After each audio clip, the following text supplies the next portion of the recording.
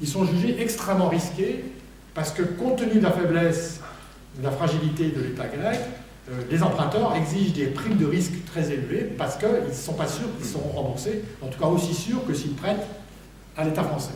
Voilà.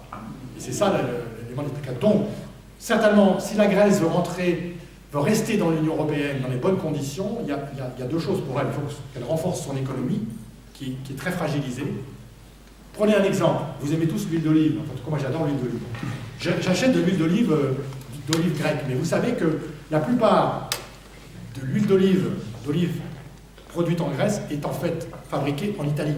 C'est-à-dire qu'ils ont perdu la capacité productive de presser et de mettre en forme, de conditionner l'huile d'olive qu'ils produisent. Donc c'est un exemple parmi tant d'autres. C'est un pays qui est agricole, mais qui a une fragilité, qui a un tissu des industries agroalimentaires qui est presque inexistant, qui est très faible.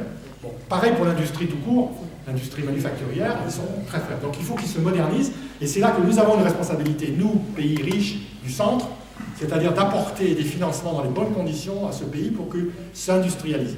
Mais la deuxième grande réforme que la Grèce doit faire, c'est clair, c'est l'État. C'est-à-dire, si elle n'a pas un État suffisamment fort pour faire lever l'impôt auprès de tous ceux qui aujourd'hui échappent un tiers du PIB, que la corruption soit poursuivie avec force et l'évasion fiscale, bon, nous aussi on a de l'évasion fiscale, mais eux ils en ont beaucoup plus. Et donc, tant qu'ils n'auront pas un État suffisamment fort, ils ne pourront pas s'endetter, ils ne pourront pas financer leurs infrastructures dans les bonnes conditions. Voilà. Et donc ça, c'est un des gros problèmes de la Grèce. Et ils ne peuvent pas faire, c'est dur ce que je vais dire, mais ils ne peuvent pas faire de coup d'État. Qui ça? Ils ont déjà eu des coups d'État, ils ont eu les colonels. C'était encore plus inefficace, les colonels. Oui, parce que, juste, je n'ai pas vu dans la courbe de dette.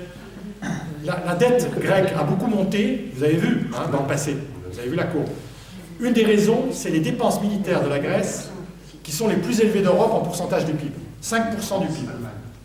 Et qui vend les armes? Oui, les armes, qui leur fournit les armes? L'Allemagne et la France. Mais quand même, attendez. Non, il y a d'autres explications. C'est le conflit avec la Turquie. Il y a des explications d'ordre politique aussi. Bon, mais toujours est-il que, aujourd'hui, ce qui serait important, c'est que s'il y a une défense européenne, on peut être pour ou pas pour, mais l'idée, c'est de mutualiser un minimum de ces services de défense pour que des pays comme la Grèce puissent abaisser leurs dépenses militaires, notamment dans les frontières difficiles qu'ils peuvent avoir vers l'Est. Donc, si vous voulez, ça on ne le fait pas. Ça, on ne le fait pas. Donc, ça veut dire qu'il y a vraiment... il n'y a pas de vision politique, il n'y a pas de volonté politique d'aider les Grecs sur tous les fronts où on pourrait leur permettre, en s'intégrant mieux à l'Europe, notamment dans le domaine de la défense, d'alléger certaines de leurs dépenses. Voilà, c'est un autre exemple. C'est vraiment incroyable. Donc, il n'y a aucune volonté politique de la part de ceux qui nous gouvernent de résoudre tous les problèmes de fond auxquels sont confrontés la Grèce, notamment celui de la défense. Et c'était madame. Madame, please. Je voudrais, alors au sujet, très rapidement au sujet des Grecs qui veulent rester dans l'Europe, moi je pense que vu leur histoire, c'est forcé qu'on les comprenne. Bien sûr. C'est un pays qui en fait n'existait pas il y a 50 ans quasiment. Enfin, c'est très compliqué. Et on peut comprendre. Mais je voudrais attirer votre attention sur des pistes de transformation. Parce qu'en fait, on est quand même dans un système politique extrêmement du haut vers le bas, top-down, disent les Anglais, où on attend toujours, on élit des gens tous les 5 ans, et puis on attend tout d'eux, etc. Il y a d'autres pistes éventuelles pour transformer la société. Et là, ici, sur cette table, il y a ce livre qui est... Alors, je ne sais pas s'il faut le recommander à tout le monde, parce qu'il est long et un peu ardu. Mais voilà, ce mot commun... C'est le livre de Dardo et Laval, c'est ça? C'est Dardo et Laval. C'est remarquable. Et il y a aussi la nouvelle raison du monde qu'ils ont écrit juste avant, qui explique tout ça sur le libéralisme. Mais alors, ce qui est intéressant, c'est que ce mot commun... Alors, il s'appelle Pierre Dardo. Il sera sur le présentoir. Christian Laval. Pierre Dardo est un philosophe et Christian Laval est un sociologue. C'est des gens remarquables qui ont fait, en effet, alors, sur le néolibéralisme, ils ont fait le livre que vous avez mentionné, qui est La Nouvelle Raison du Monde, que je suis en train de résumer. Qui est remarquable. Je vous enverrai le récit. Ah ben volontiers. J'ai adoré ce livre. Et ça, c'est sur les communs. Alors les communs, ça fait partie des éléments de la révolution, à la fois sur le plan philosophique, intellectuel. Je vais terminer sur mon propos parce que je vais pas seulement parler de ce livre très très vite, mais je vais déboucher sur quelque chose qui me paraît particulièrement porteur de changement intéressant. Alors déjà, la remarque que j'ai à faire sur ce mot commun, c'est que c'est exactement un concept nouveau. Ce n'est ni la Magna Carta, les communs, les enclosures, etc. C'est pas ni le communisme d'ailleurs. Oui, voilà. Ce n'est ni les communs au sens des pâturages partagés au Moyen-Âge, etc., même si ça fait partie de tout ça, c'est expliqué, ni effectivement le communisme. C'est véritablement un concept qui est dégagé, qui est nouveau, qui est moderne. Hein. Et ce livre explique très bien justement l'histoire de ce concept, parce qu'effectivement ça prend quand même ses racines dans tout ça, dans toutes ces choses. Et ce qu'on peut en faire, ce qu'en font les gens, éventuellement, c'est même décrit assez bien dans ce livre. Mais le livre est quand même ardu. Alors, il y a plusieurs éléments de choses qui peuvent se passer actuellement. Et moi, il y a une chose à laquelle je crois particulièrement, c'est la transparence qui est aidée par les nouvelles technologies. Hein, tout ce mouvement de l'open data. Les citoyens peuvent s'en saisir. Il y a énormément, enfin, en tout cas, peut-être ceux qui ont accès aux nouvelles technologies, ceux qui sont un peu habitués, mais on peut le devenir. Il y a de plus en plus d'ateliers qui vous invitent, par exemple, à faire de la cartographie libre, où vous pouvez, comme ça, cartographier votre forêt, vos balades, ou votre village, ou votre banlieue. Il y a de plus en plus de choses comme ça. Et l'open data, c'est aussi la transparence par rapport à ce que font les élus. Il y a une association qui s'appelle Regard Citoyen. Je ne fais pas de la pub, je ne fais pas partie directement, je connais les gens, mais c'est tout. Et Regard Citoyen, ils vous disent exactement à tout moment qui a voté quoi, par exemple. Ça, c'est nouveau. Avant, on ne savait pas trop. Enfin, il fallait chercher, il fallait regarder sur les comptes rendus. Alors que là, il y a des statistiques, vous pouvez aller voir ce que telle personne a voté ou pas voté. Et en fait, il y a de plus en plus de mouvements de transparence comme ça. Parce qu'à partir du moment où on sait exactement ce que les gens font, déjà, ça nous donne un petit peu une prise sur ce qui se passe. On peut plus facilement dire, enfin, réagir, voir des problèmes de corruption, par exemple. Alors, peut-être sur les communs, c'est en effet extrêmement important. C'est aussi, ça repose la question d'ailleurs quelque part de la démocratie, parce que c'est l'idée qu'aujourd'hui on est dans des sociétés qui sont top-down, c'est-à-dire vous avez des chefs. Alors en France c'est pire parce qu'on est un pays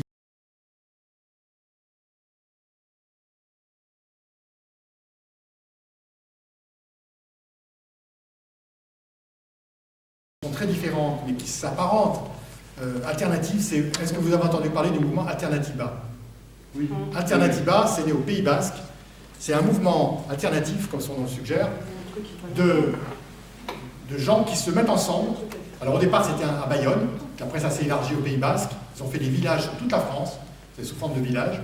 Et dans beaucoup de fêtes maintenant citoyennes ou des fêtes municipales. Hein. Moi j'ai été à une fête il n'y a pas longtemps à Rouen, vous voyez, pour vous dire que ça n'a rien à voir avec le Pays Basque, où il y a un village Alternatiba qui s'est fait. C'est quoi? C'est des citoyens qui se mettent ensemble pour se rendre des services mutuellement. Ça rejoint quand même la question des communs, hein, donc les gardes d'enfants, pour essayer de produire de l'artisanat ensemble, pour essayer de développer la culture biologique. Voilà. Pour réfléchir sur la culture ensemble, produire des biens culturels qui soient vraiment émancipateurs, qui ne soient vraiment pas dominés par l'argent, etc. Et donc, ça fait partie des choses intéressantes. Puisque vous avez mentionné ce livre, je vous suggère d'inviter l'un des deux auteurs. Ils sont vraiment très bons, et en particulier, Pierre Dardot, il a eu des problèmes de santé, je les connais très bien. Hein. Pierre Dardot a eu des petits problèmes de santé, il est prof dans un lycée, hein. Il a des problèmes de santé. Christian Laval, qui est aussi un enseignant d'ailleurs, est vraiment très bon. Alors, ils sont très pris, très demandés, parce que bon, mais vraiment, s'ils peuvent un jour vous faire une conférence, même si c'est dans 6 mois, c'est pas grave, ils sont absolument passionnants, parce que ce que vous avez dit dans ce bouquin, il y a toute une partie théorique, ce que c'est que les communs, après il y a toutes les expériences qui existent et qu'il faudrait faire pour développer de nouvelles formes de participation citoyenne, de nouvelles formes de démocratie. Donc vous avez eu raison de mentionner mentionné cet ouvrage, fait partie de ceux qui sont intéressants. C'est un pavé, évidemment, un peu long à lire, mais on n'est pas obligé de lire d'une seule traite. Oui. Est-ce qu'il y a une explication à l'explosion de la dette grecque? Je crois que c'était à partir de l'année 2007. Oui, La dette grecque a beaucoup augmenté. C'est un peu ce que j'ai essayé de vous présenter là. Il y a plusieurs explications. D'abord, il y a un bouquin qui est là. Je l'ai vu. Il y a la vérité sur la dette grecque. Alors, il y a ce qu'on appelle des comités d'audit sur la dette qui sont créés dans le monde d'ailleurs. Le premier a eu lieu en Équateur, c'est en Amérique latine. Nous en avons fait un en France. Le comité d'audit, il s'appelle le CAC, Comité d'audit citoyen. C'est pas facile à retenir. Vous allez sur le site. Et la Grèce l'a fait. Alors, qu'est-ce qui s'est passé pour raconter les anecdotes, parce que c'est intéressant pour le contexte politique. La présidente du Parlement européen, Zoé